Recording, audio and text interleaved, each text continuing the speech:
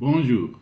Dans cette vidéo, je fais à la fois un rappel et un appel.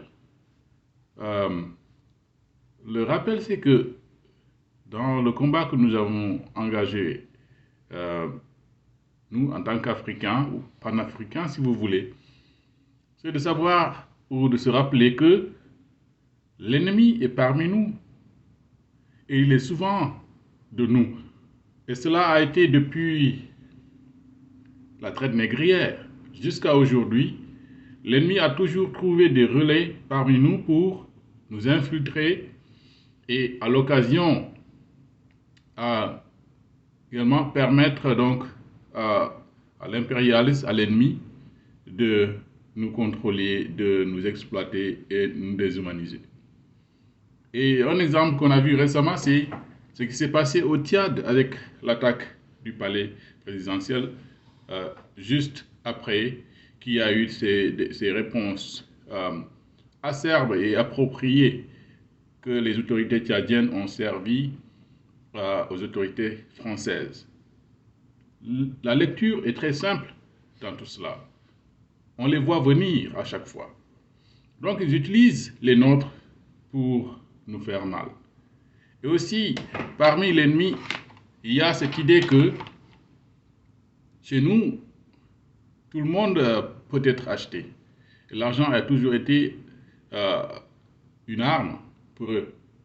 C'est ainsi qu'ils peuvent proposer des sommes astronomiques à des gens pour essayer de déstabiliser des pays, des régions tout entières.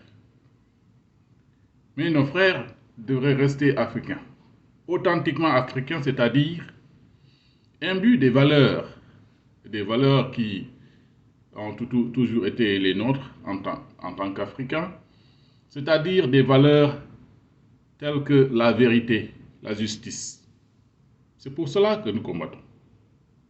Des valeurs d'amour, des valeurs d'humanisme, pour lesquelles il ne faut jamais accepter quoi que ce soit qui nous pousse à nous retourner contre les nôtres.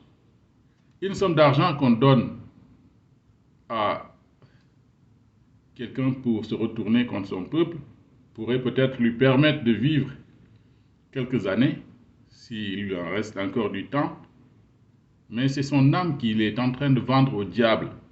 Il se nourrit du sang et des larmes de son peuple. Mais les valeurs que nous avons toujours connues en Afrique, donc ces valeurs, pour moi, elles ne se négocient pas. Elles ne se troquent pas, elles ne se marchandent pas. Et donc, il faut rester sur ces principes-là. Il faut que chacun cherche ses vertus à être une lumière, un lampion lumineux qui libère l'Afrique de ces ténèbres-là et illumine le monde de notre humanisme légendaire. C'est ça le fond du combat aujourd'hui. Et dans des visions ultérieures, nous allons montrer un peu la profondeur du problème et suggérer encore plus ce que devait être notre position par rapport à la marche du monde actuellement. Merci.